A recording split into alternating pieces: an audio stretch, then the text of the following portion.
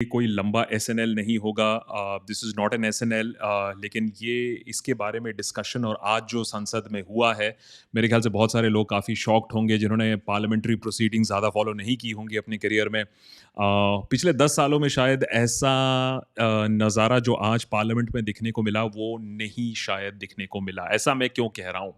क्योंकि पिछले 10 सालों से जो ऑपोजिशन थी इतनी म्यूटेड थी और उसके पास शक्ति नहीं थी, ना उसके पास विल पावर था, ना उसके पास नंबर्स थे। लेकिन इस इलेक्शन में आने के बाद शायद सबसे बड़ी जो हमने आज डिफरेंस देखी है वो संसद में देखी है। जिस तरीके से इंडिया ब्लॉक ने एनडीए को पीछे खदेड़ा, जिस तरीके से राहुल गांधी ने प्रधानमंत्री मोदी पर कटाक्ष मारे, वो पिछले 10 सालों में अगर मैं पूछूं तो बहुत ही मुश्किल होगा ये बोलना। और सिर्फ राहुल गांधी ही नहीं, पूरी इंडिया ब्लॉक एक स्ट्रैटेजी तहत नरेंद्र मोदी पर और एनडीए सरकार पर बरसी है। इसका ये मतलब नहीं है कि सब कुछ बदल गया है और डीमोदियाइजेशन का जो प्रोसेस है और रीडेमोक्रेटाइजेशन का जो प्रोसेस है वो अपने आप पटरी पर आ चुकी है। लेकिन जैसा कि आप यहाँ भी देख पा रहे हो, हमने एक सवाल पूछा था देशभक्त पर भी कि क्या राहुल गांधी अपने इस ऑपोजिशन लीडर ऑफ ऑपोजिशन के पद को संभाल पाएंगे या नहीं। ये बहुत बड़ी जिम्मेदारी है। एक तरफ आपको मोदी को पीछे खदेड़ना होगा, उनके डेमोक्रेटिक जो वैल्यूज हैं हमारे देश के उसको ऊपर लाना होगा, हमारे देश के संविधान की रक्षा करनी होगी, इंडिया अलायंस को साथ में रखकर चलना होगा और उधर मुंहतोड़ जवाब भी देना होगा जहां तक मोदी सरकार की बात है। याद रखिए आज ही न्यू बीएनएस भी इंट्रोड्यूस हो चुका है। तो जहां तक ऑटोक्रेटाइजेशन जो प्रोसेस है वो अभी तक वेरी मच ऑन है। तो आज संसद में ऐसा क्या हुआ, ऐसा राहुल गांधी ने क्या बोला, किस चीज का जवाब नरेंद्र मोदी के पास और एनडीए के पास नहीं था, वो आज जल्दी से जानने की कोशिश करते हैं बिना ज़्यादा कुछ टाइम लिए हुए। कोशिश रहेगी कि आपको भी ये सारी जो इंटरेस्टिंग कॉन्वर्सेशंस हैं, हमारी टीम ने कुछ इसके जो स्निपेट्स हैं आज पार्लियामेंट में उसको हमने क्लिप करके आपके लिए तैयार किया है। इससे आपको समझ में आ जाएगा कि एक आक्रामक रूप कम से कम दिखने को तो मिला है। अगर इसी तरीके से एक आक्रामक ऑपोजिशन भी रहे तब शायद डेमोक्रेसी की बहाली की हम बात कर सकें, क्योंकि बहुत लोग शायद चौंक जाएंगे क्योंकि एक जनरेशन पूरा हो गया है।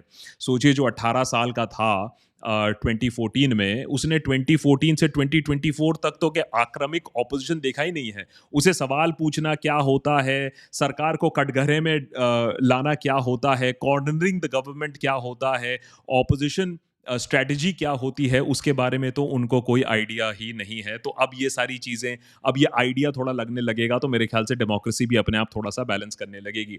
सबसे पहले शुरुआत करते हैं राहुल गांधी के स्टेटमेंट से। राहुल गांधी ने प्रधानमंत्री नरेंद्र मोदी को सीधा ही चैलेंज किया और इतना आक्रामक रूप शायद हमने नहीं देखा होगा। Not only that, Narendra Modi का मजाक भी उड़ाया गया कि वो नॉन बायोलॉजिकल है और भगवान से उनका सीधा संबंध है। पता नहीं फाइन ट्यूनिंग हो गई भगवान के साथ। डायरेक्ट मैसेज भगवान सर ने बोला है, सर प्रधानमंत्री ने ये बोला है,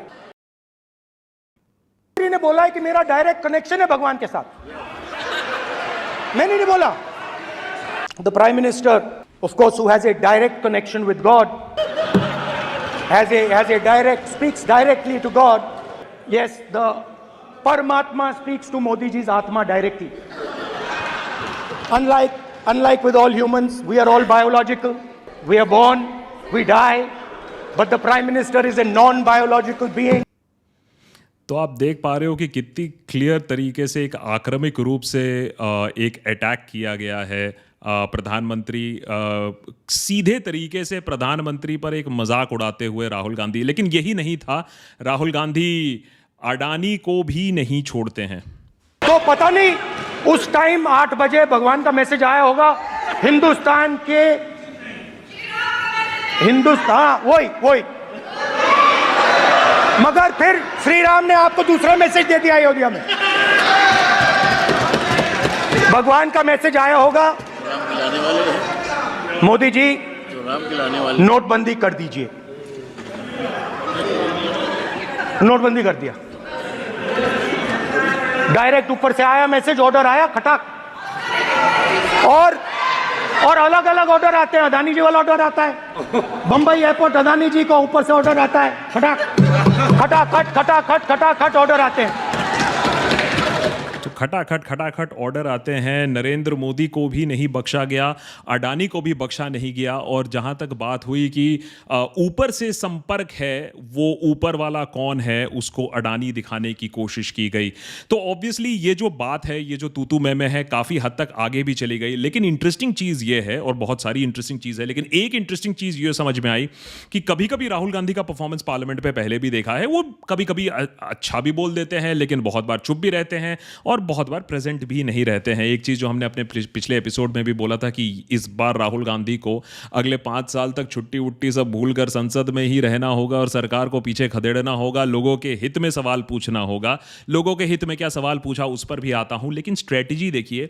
एक तरफ राहुल गांधी बीजेपी को पुशबैक कर रहे थे, नरेंद्र मोदी को पुशबैक कर रहे थे लोकसभा में, और उधर ही खड़गे साहब भी वही चीज कर रहे थे। वेटरन लीडर नरेंद्र मोदी पर सवाल उठाते हुए राज्यसभा में। नोटिस करिएगा जिस तरीके का सवाल उठाया गया है, पहले आप सुन लीजिए, फिर मैं बताता हूं कि किस तरीके का एक स्ट्रेटजी जो अपनाया गया था। सर आखिरी में क्या बोले, अगर इनको अपने वोट बैंक के सामने मुजरा करना है तो ये करे। This will not go on record. No, this will not go on record. ये भाषा This will not. This is derogatory. This is defamatory. ये भाषा प्रधानमंत्री की है, of a mature leader. प्रधानमंत्री की भाषा है। मैं बोल बताइए, अब आदमी प्रधानमंत्री को भी कोट ना कर पाए, उस पे भी स्पीकर साहब को प्रॉब्लम है कि अगर हम देश के प्रधानमंत्री को कोट ना कर पाए, क्या नरेंद्र मोदी ने मुजरा की जमात नहीं बोला था? अगर प्रधानमंत्री की भाषा को कोई पार्लियामेंट में कोट ना कर पाए तो फिर किसको कोट करे? गोडसे को कोट करे क्या? तो ये एक जो स्ट्रेटजी था वो राहुल गांधी में भी देखा गया कि ये जो biological, I am not biological, मेरा कनेक्शन ऊपर से है, या फिर मुजरा वाली जो घटिया ओछी लैंग्वेज जो प्रधानमंत्री ने इस्तेमाल की थी इलेक्शन के दौरान, उसको भी पार्लियामेंट में खड़गे जी रिप्रेजेंट करते हैं। तो कहीं ना कहीं प्रधानमंत्री मोदी को उन्हीं की भाषा में घेरने की एक कोशिश रही है। लेकिन ये तो सिर्फ एक ट्रेलर था, पिक्चर अभी बाकी है। राहुल गांधी नरेंद्र मोदी के हिंदू होने पर भी सवाल उठाते हैं। शिव जी कहते हैं डरो मत, डराओ मत, अभय मुद्रा दिखाते हैं, अहिंसा की बात करते हैं, त्रिशूल को जमीन में गाड़ देते हैं। और जो लोग अपने आप को हिंदू कहते हैं वो 24 घंटा हिंसा हिंसा हिंसा, नफरत नफरत नफरत, असत्य सत्य असत्य।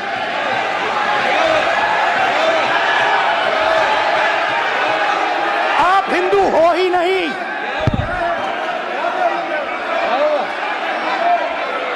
हिंदू धर्म में साफ लिखा है, सत्य के साथ खड़ा होना चाहिए, सत्य से पीछे नहीं हटना चाहिए, सत्य से नहीं डरना चाहिए। अहिंसा हमारा प्रतीक है। अभय मुद्रा ऐसे कीजिए, अभय मुद्रा।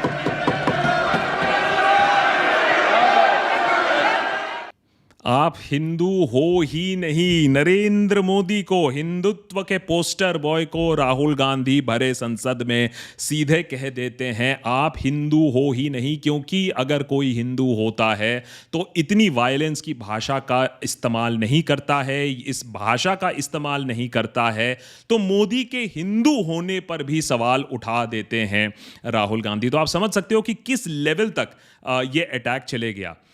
अब देखिए जो स्ट्रैटेजी होती है, अगर ये सारे जो सवाल कोई उठा रहा है, लिंक कर रहा है, भाषा जो प्रयोग किया गया है, अडानी के साथ जो लिंकेजेस हैं और वायलेंस की जो परिभाषा हिंदुत्व करती है, उसके बारे में जब कोई टिप्पणी करता है तो स्ट्रैटेजी क्या होती है? लोगों को भी इस चीज के अगेंस्ट और लोगों का भी मन बनाने के लिए क्या किया जा सकता है, और वही काम नरेंद्र मोदी ने भी किया कि राहुल गांधी मुझे नहीं हिंदू समाज का अपमान कर रहे हैं, इंसल्ट टू हिंदूज। ये एक पुरानी ठकेली स्ट्रेटजी है जो बहुत सालों से काम करती आई हुई है, लेकिन आशा करते हैं कि 10 साल लोग गधे बनने के बाद शायद इस स्ट्रेटजी पर अब फिर से ना आए। नरेंद्र मोदी जो उन पर अटैक हुआ ये कहते हुए कि अटैक मेरे ऊपर नहीं, अटैक हिंदूज पर है। विषय बहुत गंभीर है। पूरे हिंदू समाज को हिंसक कहना ये गंभीर विषय है। बीजेपी को आपको ना नहीं नहीं नहीं, नरेंद्र मोदी जी पूरा हिंदू समाज नहीं है, बीजेपी पूरा हिंदू समाज नहीं है, आरएसएस पूरा हिंदू समाज नहीं है। ये एक बहुत ही इंपॉर्टेंट चीज़ है और बहुत सारे लोगों ने इस पर कमेंट किया है कि इस बात को कहना काफ़ी ज़रूरी था राहुल गांधी के लिए कि ये जो हिंदू समाज के ठेकेदार बैठे हुए हैं और जिन्होंने कॉपीराइट एस्टैब्लिश कर लिया है, तो नरेंद्र मोदी को मैं भी बोलना चाहूँगा कि भैया जब आप बात कर रहे हो हिंदुओं के बारे में तो मुझे मत इंक्लूड करो, क्योंकि आपकी जो हिंदुत्व है वो मेरा रिलीजन नहीं है। मेरा रिलीजन सिखाता है कि भैया मेरा रिलीजन पीसफुल है, मेरा रिलीजन बहुत ही महान है, मेरे रिलीजन में इस तरीके का भड़काऊ पॉलिटिक्स नहीं खेला जाता, और ये मेरे ख्याल से बहुत सारे लोग भी मानते हैं। क्या बीजेपी का मतलब हिंदू है? क्या मोदी का मतलब इंडिया है? और इस पर हमें भी बहुत बार लोग आड़े हाथ लेने की कोशिश करते हैं। जब भी हम मोदी पर सवाल उठाते हैं तो लोग कहते हैं कि तुम इंडिया के बारे में बात कर रहे हो, और मैं लोगों को फिर वही घूम के बताता हूं कि एक बार भी अगर एक लाइन भी दिखा दिया जहां मैंने अपने देश का अपमान किया हो, अपने धन का अपमान किया हो, तो चैनल क्या अपने आप को भी बंद कर दूंगा। लेकिन उसके बाद फिर वो कुछ निकाल नहीं पाते हैं, समझ में नहीं आता उनको क्या बोले, क्योंकि ये बात वो भूल जाते हैं कि देश की आलोचना नहीं हो रही है, मोदी की आलोचना हो रही है, धर्म की आलोचना नहीं हो रही है, बीजेपी के पॉलिटिक्स की आलोचना हो रही है। और अब तो खैर प्रभु श्री राम भी, जैसा हमने अपने पिछले एपिसोड में भी बताया था, कि नरेंद्र मोदी पर खासा नाराज हैं कि जिस तरीके से अयोध्या क्रम्पल कर रहा है, जिस तरीके से फ्लडिंग हो रही है, कहीं ना कहीं लगता है कि भगवान प्रभु श्री राम को भी ये बात दिखने लगी है कि उनका कितनी बुरी तरीके से इस्तेमाल किया गया है। तो ये तो रहा जो तू मैं हुआ बिटवीन नरेंद्र मोदी एंड राहुल गांधी। लेकिन राहुल गांधी पर एक और सवाल जो उठ रहा था, बहुत लोग ये बात पूछ रहे थे कि राहुल गांधी ने जिस संविधान को बचाने की बात की थी, जो इक्वालिटी की बात की थी कि सारे भारतवासियों को irrespective of religion, caste, creed, उनको एक हक मिलेगा, उनकी सुनवाई होगी, उसके बारे में कुछ खास बोल नहीं रहे हैं, क्योंकि बुलडोजर जस्टिस चले जा रहा है, लिंचिंग चले जा रहा है। लेकिन आज राहुल गांधी ने कम से कम उस मुद्दे पर भी अपनी चुप्पी तोड़ी। माइनॉरिटीज को डराते हैं? नहीं, कांग्रेस नहीं डरती आपसे, आप कांग्रेस से डरते हो।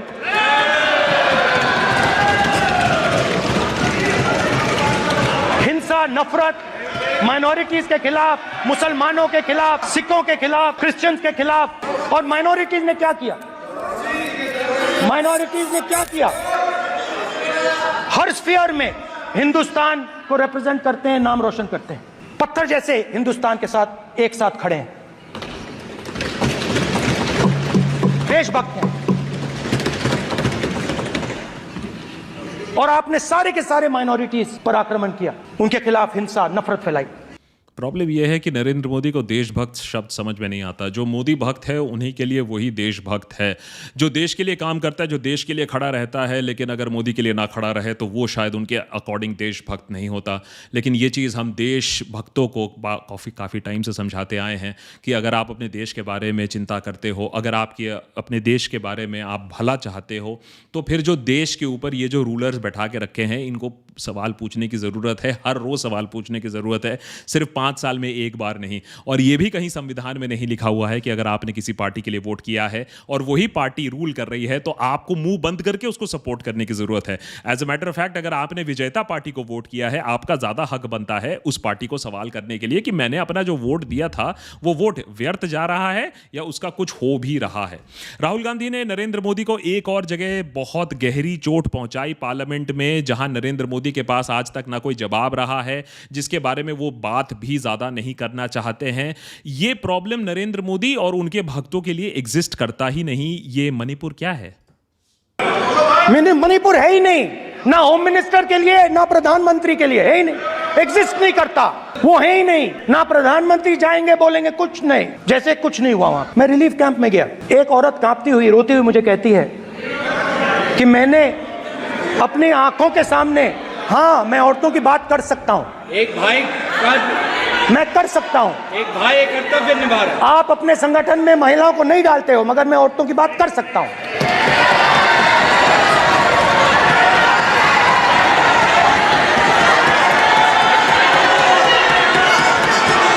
कहती है मैंने अपने आंखों के सामने, मेरे आंखों के सामने मेरे बच्चे को गोली मारी गई।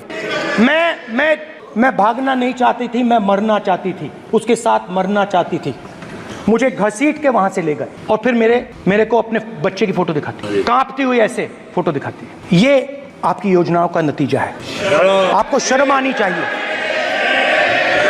आपने नोटिस किया कि किस तरीके से जब ये सारी स्पीचेस बोली जा रही थी, स्पीकर ओम बिरला काफ़ी अनकंफर्टेबल थे। यूजुअली जब मोदी जी बात करते हैं तो काफ़ी मुस्कुराते हुए हैं, बड़े शांत स्वभाव के रहते हैं, लेकिन जब आज आक्रामक रूप जो दिखने को मिला ऑपोजिशन का, तो स्पीकर साहब का चेहरा कुछ उतरा हुआ था, क्योंकि राहुल गांधी ने स्पीकर ओम बिरला को भी बख्शा नहीं। There is the Speaker of the Lok Sabha, the Speaker of the Indian Union, and there is Mr. Om Birla. When Modi ji went and shook your hand, and I went and shook your hand, I noticed something. When I shook your hand, you stood straight like this and shook my hand. And when Modi ji shook your hand, you bowed down and shook his hand.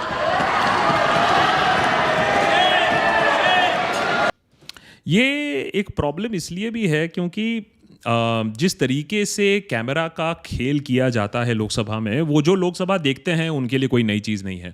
वैसे आपको शायद ये भी मालूम नहीं होगा कि इतना बड़ा भव्य नया संसद बनने के बाद भी कितने टाइम हो चुका है कि जर्नलिस्ट को संसद के अंदर अलाउ ही नहीं किया जाता है। तो बेसिकली वो कैमरा किधर देख रहा है, किसके तरफ पॉइंट कर रहा है, बस वही नैरेटिव सेट करता है। संसद के अंदर क्या हो रहा है उन कैमरास के बिना किसी को मालूम नहीं, क्योंकि जर्नलिस्ट को बार कर दिया गया है। बहुत सारे पीआईबी एक्रेडिटेड जर्नलिस्ट भी रुके हुए हैं कि भैया हमारा एक्रेडिटेशन होने दो तो हम पार्लियामेंट के अंदर जाएंगे। ये हालत है हमारे संसद की, ये हालत है हमारे डेमोक्रेसी की, कि जहां जर्नलिस्ट को, हर एक्रेडिटेड जर्नलिस्ट को बहुत संख्या में आराम से जाते थे, पार्लियामेंट में बैठते थे, पार्लियामेंट्री रिपोर्टिंग करते थे। अब उनको अंदर जाना मना हो गया है। लेकिन कहने के लिए हम मदर ऑफ डेमोक्रेसी है। जब ऑपोजिशन या विपक्ष कोई बंदा बात कर रहा होता है तो कैमरा ओम बिरला पर लग जाता है या लॉन्ग शॉट कट जाता है। वो बात भी आज राहुल गांधी ने काफी अच्छी तरीके से एक्सप्लोर किया।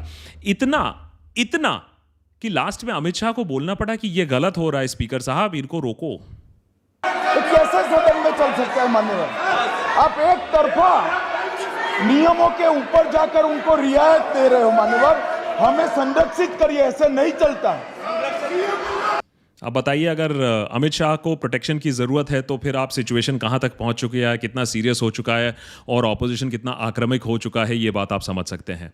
ये रही क्विड प्रो क्यो की बात, और इसमें एक दो चीज़ें बहुत साफ़ हो चुकी हैं कि स्पीकर का जो रोल है उसको और एक्सप्लोर करने की ज़रूरत है, और स्पीकर को अपनी एक इम्पार्शियलिटी को इस्टेब्लिश करने के लिए थोड़ा और काम करना पड़ेगा। क्योंकि जिस तरीके से राहुल गांधी ने स्पीकर के बारे में बात किया, जिस तरीके का स्पीकर का बर्ताव रहता है, जिस तरीके से कैमरा का स्विचिंग होता है, उसमें डेफिनेटली बहुत सारी खामियां हैं और उन खामियों को पूरी करने की ज़रूरत है। दूसरा, हमने आक्रामक रूप देखा जहां तक राहुल गांधी की बात है और कांग्रेस की बात है, लेकिन लग रहा था कि इस बार इंडिया अलायंस भी साथ में काम कर रही है। जैसा कि हमने इस एपिसोड में भी कैन ही हैंडल दिस हमने बोला था कि अगर ये रीडेमोक्रेटाइजेशन का प्रोसेस करना है, नरेंद्र मोदी के अथॉरिटेरियन टेंडेंसीज को कंट्रोल में रखना है, तो कहीं ना कहीं इंडिया अलायंस को साथ में काम करने की ज़रूरत है, जो कि हमने आज देखा। एक एको था, एक स्ट्रेटजी थी, और मनोज झा जैसे स्पीकर्स को अगर बोलने दिया जाए संसद में तो फिर तो बहुत सारे लोगों को जवाब देना पड़ेगा। इलेक्शन कमीशन की क्रेडिबिलिटी पे एक सर्वे हुआ, 28% लोगों का सिर्फ भरोसा है। इससे ज्यादा भरोसा तो पंचायत वेब सीरीज में फुलेरा के ग्राम प्रधान का है। आप सोचिए कि फुलेरा के ग्राम प्रधान को भी मनोज जी ले आते हैं संसद के अंदर, तो उनके जो बोलने का एक तरीका है और जो सलीका है, इससे एक चीज़ तो डेफिनेटली होगी, जब आप इतने एरुडाइट स्पीकर्स होंगे तो लोग भी थोड़ा इंटरेस्ट लेंगे कि संसद के अंदर हो क्या रहा है। और मैं आपसे भी, जो लोग हमें लाइव देख रहे हैं, जो देशभक्त हैं, मैं आपसे भी निवेदन करूंगा कि पूरा संसद सेशन नहीं तो डेफिनेटली जो प्रोसीडिंग्स के हाईलाइट्स हैं वो ज़रूर देखा करिएगा, क्योंकि हमारे देश में जो हो रहा है ये संसद में ही बहुत कुछ अनफोल्ड रहा है। आज ये जो नया बीएनएस लॉ लग गया है वो इसलिए लग पाया है क्योंकि संसद के 100 से ज्यादा मेंबर्स आपने सस्पेंड करके इस बिल को पास करवा लिया था। इसीलिए ये जरूरी है, क्योंकि जब सवाल उठाया जाएगा कि जब आप त्राही त्राही करके भीमा कोरेगांव बोलते हो, प्रधानमंत्री को मारने की षड्यंत्र बोलते हो, देश को डिवाइड करने का षड्यंत्र बोलते हो, फादर स्टैन स्वामी को अरेस्ट करते हो, फिर वही फादर स्टैन स्वामी जब मर जाता है और सारे भीमा कोरेगांव के जो एक्टिविस्ट हैं एक एक करके छूट जाते हैं, तब सवाल ये उठता है कि आप लोग ने उनको अरेस्ट किसी केस पर किया था या सिर्फ टॉर्चर करने के लिए किया था? ये स्टैन स्वामी कौन थे? कैसे इस दुनिया से गुजर गए? क्यों आज भी उमर खालिद, मीरान हैदर, खालिद सैफी जैसे जवान जो सरकार की आलोचना को देश की आलोचना बना दिया गया। और मैं 2 किताब, अगर ये किताबें मेरे पास भी आती हैं, मेरे पास आती हैं, तो नड्डा जी के कार्यालय में भी पहुंचना चाहिए। The incarcerations by Alpa Shah और ये challenging caste by Ajaz Ashraf. Incarcerations के ऊपर हम पहले भी बात कर चुके हैं। सिंपल सरल शब्द में बताएं तो कसब को भी सिर्फ 2 सालों में ही सज़ा सुना दी गई थी, सारा लीगल प्रोसीडिंग कर दिया गया था। और यहाँ उमर खालिद जैसे एक्टिविस्ट्स और भीमा कोरेगांव के जो एक्टिविस्ट्स हैं वो अभी तक जेल में, अभी भी बहुत सारे उनमें से जेल में सड़ रहे हैं। और सरकार केस फाइल करने के बाद केस ट्रायल पर भी नहीं लाती है, शुरुआत भी नहीं करती है। तो या तो वो प्रो टेररिस्ट है कि टेररिस्ट को प्रोसिक्यूट नहीं करना चाहती है, या तो ये सिर्फ पॉलिटिकल प्रिजनर्स है जिनके खिलाफ सरकार के पास कोई एविडेंस तो है नहीं, बस उनको जेल पर इनडेफिनेटली टेरर चार्जेस पर बैठा के रखा हुआ है, एक मैसेज देने के लिए कि अगर हम पर सवाल उठाओगे तो बहुत प्रॉब्लम होगी। तो Manoj Jha, credit to him कि ऐसे मुश्किल सवाल अगर वो संसद में उठाएंगे तो कहीं ना कहीं इन सवालों का भी जवाब लोगों को देना पड़ेगा। संजय सिंह आम आदमी पार्टी से भी सरकार को बिल्कुल ना बख्शते हुए का सीबीआई का जांच एजेंसियों का दुरुपयोग करके राज्यों के मुख्यमंत्री को जेल में डाला गया, मंत्रियों को जेल में डाला गया। इस चुनाव में हमने देखा भाषा का स्तर, भारत के प्रधानमंत्री भाषा का स्तर जिस तरीके से और जिस तरीके से अरविंद केजरीवाल को जेल में डाला गया है, और जब सुनवाई होने वाली थी तब उनको सीबीआई ने अरेस्ट कर लिया, तो कहीं ना कहीं जो खेल चल रहा है वो साफ लोगों को दिख रहा है। अगर ऐसे ही स्ट्रैटेजी से सवाल उठाए जाएं तो फिर कुछ बात हो सकती है। खरगे जी को सुनिए ऑन द आरएसएस। सभी लोग जानते हैं आरएसएस के लोगों ने उचकाकर, गोडसे को उचकाकर महात्मा गांधी की हत्या की है।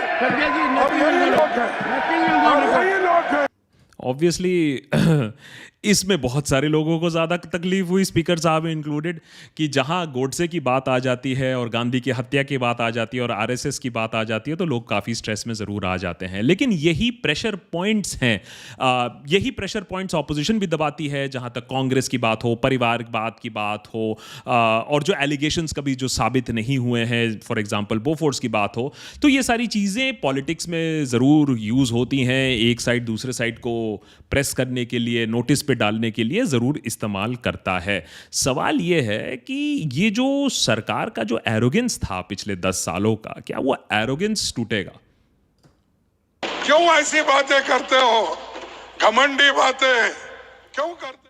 सॉरी, ये एरोगेंस की सुन लीजिए। क्यों ऐसी बातें करते हो, घमंडी बातें क्यों करते हो? अरे आज तो तुम एनडीए की सरकार अब बोल रहे, नहीं तो बीजेपी भी नहीं बोलते थे ये मोदी की सरकार, ये मोदी चलाएगा, मोदी है तो सब कुछ मुमकिन है। हाँ? अरे अब एनडीए। आपको क्या लगता है कि इलेक्शंस ख़त्म होने के 1 महीने बाद, बस कुछ ही दिनों बाद रिजल्ट्स आने वाला था, आज ही का दिन था जब एग्जिट पोल्स आए थे, इलेक्शंस ख़त्म होने के 1 महीने बाद आपको क्या लगता है कि बीजेपी का जो रवैया है, जो एरोगेंस है, वो कहीं से कम हुआ है? क्योंकि बहुत लोग ये आशा कर रहे थे कि मोदी के नंबर कम आए हैं, बीजेपी के नंबर कम आए हैं, तो थोड़ा एरोगेंस कम होगा। हमें तो नहीं दिखा, लेकिन अगर आपको दिखा तो ज़रूर नीचे कॉमेंट्स में लिख कर बताइएगा। एक और हाईलाइट रहा आज संसद सेशन में, जहां तक महुआ मोइत्रा की बात है, महुआ मोइत्रा ने भी क्लियर बात ये बताई कि मेरे ऊपर जो कांड किया गया था, मुझे जो दबाने की कोशिश की गई थी, आज वो सारी जो कार्यवाही थी, आप लोग ने जो कोशिश की थी, वो फेल हो चुकी है। 7 months ago, on the 8th of December, this house was transformed into a Kuru Sabha, presided over by a blind Dhritarashtra, where Dushashan Darbaris made every attempt to disrobe Draupadi. The ethics committee that voted to recommend my expulsion on the 9th of November, they voted 6-4, had 10 members and 1 chairperson. Of the 5 Lok Sabha members from the BJP, 4 have not returned to the house. The chairperson, a BJP member, has also not returned. The Congress turncoat from Punjab who voted against has also not returned. The BJP lady MP from Maharashtra who started the debate in the House on behalf of the BJP, has also lost. Much like Lord Krishna protected Draupadi, the people of Krishnanagar have protected me. In the last year, a lot of people look at me and say, "Oh, Mahua, you must have lost a lot. You lost your membership, you lost your house. And by the way, I also lost my uterus due to a surgery." But you know what I gained? I gained what Rahulji said. The freedom from fear. I do not fear you. I will see the end of you. We will see the end of you. Your ED, your CBI, your income tax, your trolls, your media, your bought out judges, nobody can scare us. यार कौन uterus के बारे में बात करता है? This you have to give to Mahua Moitra, whether you agree with her और not. और आज ही हमने टीएमसी के बारे में भी ट्वीट करके बताया कि जिस तरीके से कैंगरू कोर्ट जो हमें दिखा बंगाल में, और वो काफ़ी शर्मनाक इंसिडेंट था। लेकिन weather you agree with the TMC और महुआ, बट द फैक्ट इज कि आपको संसद में ऐसे स्पीकर्स चाहिए जो सरकार को आड़े हाथ ले सके, सरकार की आंखों में आंखें डालकर बोल सके कि मुझे आपसे डर नहीं लगता है। क्योंकि डेमोक्रेसी में ऑपोजिशन को सरकार से डरने की जरूरत नहीं है। अगर आपने लीगली सारा काम किया है तो डरने की तो कोई जरूरत नहीं। महुआ मोइत्रा को आज ये स्पीच देखते हुए ऐसा लग रहा था, वो प्रियंका चोपड़ा में का वो आपने डायलॉग सुना है मेरी कॉम में, कि इतना मत डराओ कि डर का डर ही खत्म हो जाए। तो इसी तरीके से लग रहा है कि इतना कुछ होने के बाद और इतना कुछ सहने के बाद महुआ मोइत्रा का डर ही खत्म हो चुका है। क्या ऑपोजिशन का अगर इस तरीके से डर खत्म हो जाएगा, अगर ऑपोजिशन इतनी आक्रामक रूप से आगे आ जाएगी, तो क्या डेमोक्रेसी की बहाली फिर से हो सकती है? मुश्किल है अभी जवाब देना, टू बी वेरी ऑनेस्ट। और जो देशभक्त लंबे टाइम से देखते आए हैं, अगर खासकर कि कांग्रेस से है, तो वो ये बात जानते हैं कि ना हमें नरेंद्र मोदी से खास लगाव है और ना राहुल गांधी से खास लगाव है। और राहुल गांधी पर हमने बहुत सारे सवाल भी पास्ट में उठाए हैं, उनके लीडरशिप क्वालिटी के बारे में, उनके परसिवियरेंस के बारे में, उनके स्टेइंग पावर के बारे में। लेकिन जब उन्होंने अच्छा काम किया है तब हमने उनकी सराहना भी की है। और आज मेरे ख्याल से ये देशभक्त स्पेशल एपिसोड इसीलिए है कि राहुल गांधी ने आज बहुत बढ़िया शो पुट ऑन किया है, इंडिया अलायंस ने बहुत अच्छा शो पुट ऑन किया है, और कहीं ना कहीं सरकार को स्कूलिंग की है, सरकार को नोटिस में डाला है कि हमें हल्के पे मत लो। लेकिन यही सरकार ने बीएनएस को भी लागू किया है, और यही सरकार, और जो मनीष तिवारी, अगर आप सुनना भी चाहते हैं तो मैं आपको जल्दी से बता दूं मनीष तिवारी का क्या कहना था आज के नए लॉ के बारे में।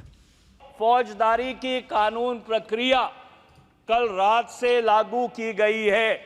ये इस देश में पुलिस राज की नींव रखने का काम करेगी। इसमें कोई डाउट नहीं है कि जो बीएनएस लॉ है उसको काफ़ी प्रोग्रेसिव बोलकर, और उसमें 2-3 प्रोग्रेसिव एस्पेक्ट्स हैं भी, लेकिन उसके जो हिडन एजेंडा है और जो रियल मोटिव है ये बोलकर कि डीकॉलोनाइजेशन का प्रोसेस है, वही 80-90% लॉ छेप दिया है। लेकिन जहाँ जहाँ अपना पुलिस अथॉरिटेरियन रखना है, सरकार को और कंट्रोल में डालना है, वो सारे प्रावधान आपने बदल दिए हैं कि सरकार बिना पूछे भी आपको अरेस्ट कर सकती है, बिना किसी रीज़न दिए भी आपको अरेस्ट कर सकती है।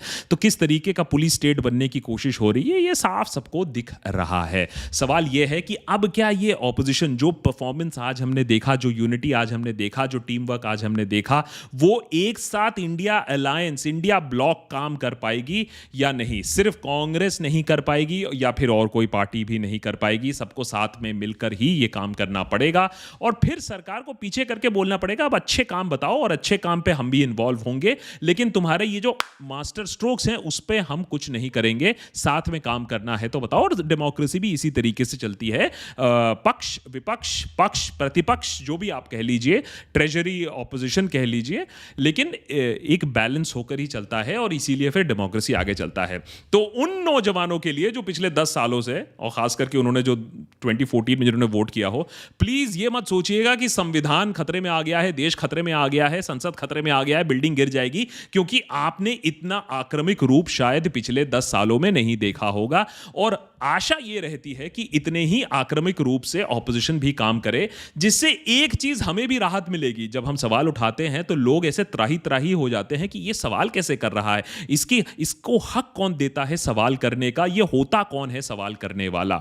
हक हमें संविधान देता है, होते हम हैं देशभक्त और सिटीजन्स ऑफ इंडिया, और सिटीजन को सवाल पूछने का हक होता है। और ये सवाल पूछने की जो प्रथा है ये पार्लियामेंट से ही शुरू होती है, ऑपोजिशन से ही शुरू होती है। है। जब ऑपोजिशन सवाल करेगी तो जनता भी सवाल करेगी, और जब ऑपोजिशन और जनता और शायद थोड़ी मीडिया भी सवाल कर ले, ज्यादा आशा नहीं रखता हूं, लेकिन अगर थोड़ा सा मीडिया भी सवाल कर ले तो सरकार अपने आप को ही चेक में पाती है और उसके बाद अपने दायरे में काम करती है। ऐसा नहीं है कि सरकार कल से काम नहीं कर पाएगी, सरकार भी अपना अच्छे से काम करेगी, सरकार के पास भी नंबर है, लेकिन जवाबदेही भी रहती है मीडिया के सामने, ऑपोजिशन के सामने, लोगों के सामने, और इसी से डेमोक्रेटिक बैलेंस बनता है। तो आज वो डेमोक्रेटिक बैलेंस बनते दिखा, आज अच्छा काम दिखा, इसीलिए देशभक्त का ये एपिसोड। आशा करता हूं आपको अच्छा लगा हो। अगर अच्छा लगा है तो जरूर कमेंट सेक्शन पे लिखिए, और आपकी क्या अपेक्षा है ऑपोजिशन से, क्योंकि नरेंद्र मोदी तो अपना काम करेंगे, एनडीए तो अपना काम करेगी, उसमें मुझे कोई डाउट नहीं है, लेकिन ऑपोजिशन अपना काम करेगी, संविधान को बचाएगी, माइनॉरिटीज के लिए बोलेगी, डेमोक्रेटिक वैल्यूज को वापस लाएगी, डीमोदियाइजेशन का प्रोसेस शुरू करेगी, वो देखना काफी ज्यादा जरूरी होगा।